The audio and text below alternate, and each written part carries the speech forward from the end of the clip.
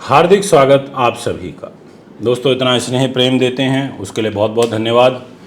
ज्योतिष में हर एक योग का अपना एक विशेष प्रभाव होता है।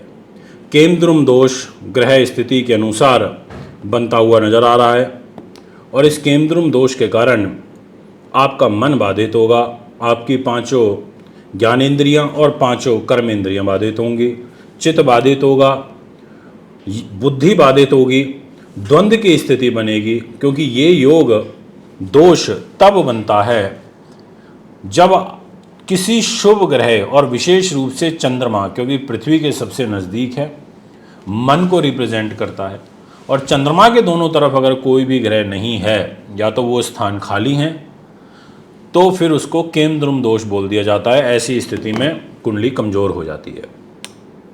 अब वो होती पर उतने ही समय के लिए जितने समय के लिए वो योग बनता है।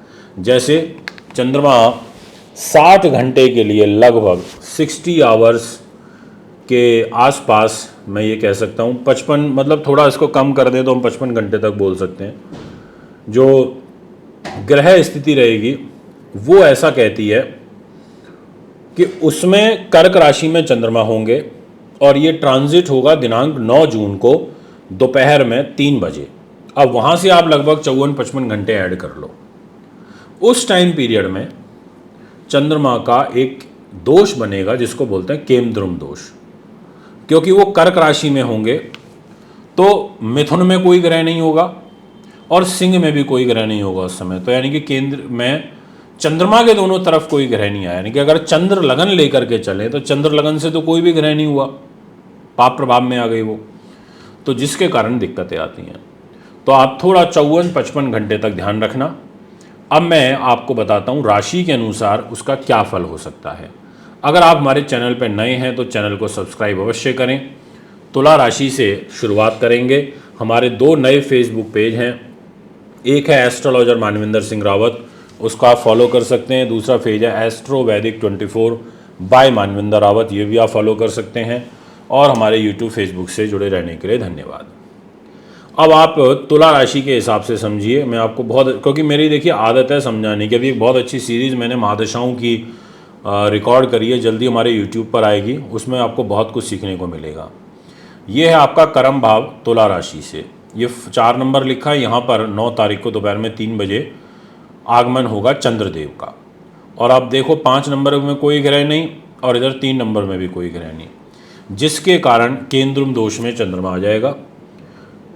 जॉब में अलर्ट रहना है, जॉब में भावुक नहीं होना, अपने सीनियर्स के साथ बना के रखनी है, चिड़चिड़ाहट से बचना है, ज़्यादा गुस्सा किसी पे करना नहीं है, अपनी भावनाओं पर नियंत्रण रखना है। और कोई भी इन 54 घंटों में आपको फाइल नहीं लगानी ट्रांसफ़र प्रमोशन से जुड़ी हुई, अगर आप सरकारी विभाग में। और अगर आप सिंचाई विभाग में हैं, नेवी में हैं, दूध दही का, चावल चीनी पनीर का, ऐसी चीज़ों का कार्य करते हैं तो भी आपको थोड़ा सा ध्यान रखना है।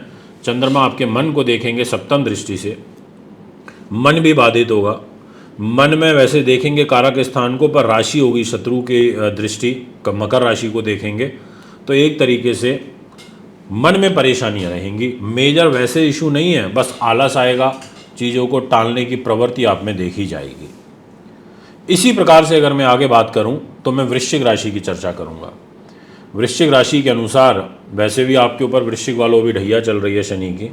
भाग्य स्थान में यहाँ पर चंद्रमा 4 नंबर राशि में रहेंगे, 5 भी खाली होगा और 3 भी खाली होगा। अब चंद्रमा जैसे ही भाग्य के घर में आएंगे 9 जून दोपहर में, यहाँ आपको दिखाई नहीं दे रहे होंगे चंद्रमा बैठे हुए, क्योंकि सैंपल के तौर पर लगाई गई है कुंडली, केवल भाव अनुसार समझाने के लिए। अब जैसे ही चंद्रमा यहाँ आएंगे तो ये एक प्रकार से भाग्य में इन 54 घंटों में कुछ रुकावट ला सकते हैं। इन 54 घंटों में चंद्रमा आपको थोड़ा बैकएक की दिक्कत दे सकते हैं, आपके पिता से संबंधित आपको कोई कष्ट दे सकते हैं, या पिता के स्वास्थ्य को कोई कष्ट दे सकते हैं, माँ के साथ रिलेशन ख़राब हो सकते हैं, या छोटे भाई बहनों के साथ में हो सकते हैं। कुछ ऐसी परिस्थितियाँ आपके लिए यहाँ पर बन सकती हैं, ये मैं आपसे कहना चाहूँगा। इसलिए वृश्चिक वालों को थोड़ा सा ध्यान रखना है, अलर्ट रहना है, योजनाबद्ध तरीके से काम करना है। भगवान के प्रति आस्था आपकी यहाँ पर थोड़ी कम हो सकती है, क्योंकि आलस बढ़ेगा तो आपका भक्ति की तरफ से बस ये फॉर्मेलिटी के पॉइंट ऑफ व्यू से कर दिया, ऐसा योग बनेगा। और उसका सबसे बड़ा कारण है क्योंकि खुद आपकी राशि के स्वामी जो कि मंगल ग्रह बनते हैं उनकी भी नीच दृष्टि आपकी कर्क राशि पर है और राहु की पंचम दृष्टि भी आपकी कर्क राशि पर है। यानी कि कर्क राशि पर दो ग्रहों का मंगल राहु का प्रभाव आ गया जो ठीक नहीं है। ये भी एक यहाँ पर फैक्टर बन रहा है। तो केंद्रम दोष प्लस साथ में मंगल राहु की दृष्टि। अब मैं आपसे बात करना चाहूँगा नेक्स्ट राशि के विषय में और राशि का नाम रहेगा धनु। धनु वालों, आपके लिए ये बनेगा अष्टम भाव में स्वास्थ्य के घर में, यानी कि हेल्थ रिलेटेड परेशानी कष्ट आपकी राशि में मुझे बनते हुए नजर आ रहे हैं। तो आप ध्यान रखिए, हेल्थ रिलेटेड कोई पीड़ा और विशेष रूप से आपको कोई गले छाती से संबंधित, अगर आपको कोई पाइल्स की बीमारी चल रही है, कोई शरीर में वाइट सेल्स से रिलेटेड इशू चल रहा है, या आपको कोई मन में भ्रम या कोई मेंटली कोई डिसऑर्डर आपको हो रखा है, या आप बहुत ज़्यादा ओवर टेंशन में हैं, डिप्रेशन में रहते हैं, एंजाइटी जल्दी हो जाती है, थोड़ा ध्यान रखिएगा, केंद्रम दोष बनेगा। तो ये मैं आपसे कहना चाहूँगा कि हाँ, मतलब सावधानी बरतते हुए आगे आपको बढ़ना चाहिए। अब मैं आपसे बात करूँगा मकर राशि की। मकर राशि के लिए जो ये केंद्रम दोष बनेगा, ये बनेगा आपके 7th हाउस पर, यानी कि पति व पत्नी के घर पर, दैनिक आय दैनिक इनकम के घर पर, आपके व्यापारिक पार्टनर के घर पर, इस घर में बनना, और जिसके कारण केंद्रम दोष के कारण थोड़ा सा दाम्पत्य जीवन पर बुरा प्रभाव पड़ेगा, क्योंकि मंगल की दृष्टि है और राहु की भी दृष्टि है। तो ऐसी स्थिति में आप बस ये है कि जब इंसान समझदार हो, मैच्योर हो, तो वो हालातों को चुप रह कर के भी शांत कर सकता है। तो यहाँ थोड़ा सा शांति का व्यवहार रखने की आवश्यकता मुझे नज़र आ रही है। बाकी बहुत बड़े मेजर इश्यूज़ तो नहीं हैं। उदासीनता इसलिए रह सकती है क्योंकि यहाँ कर्क राशि में रह करके चंद्रमा मकर को देखेंगे, आपकी खुद की राशि को देखेंगे, तो एक तरीके से पीड़ित तो करते ही हैं।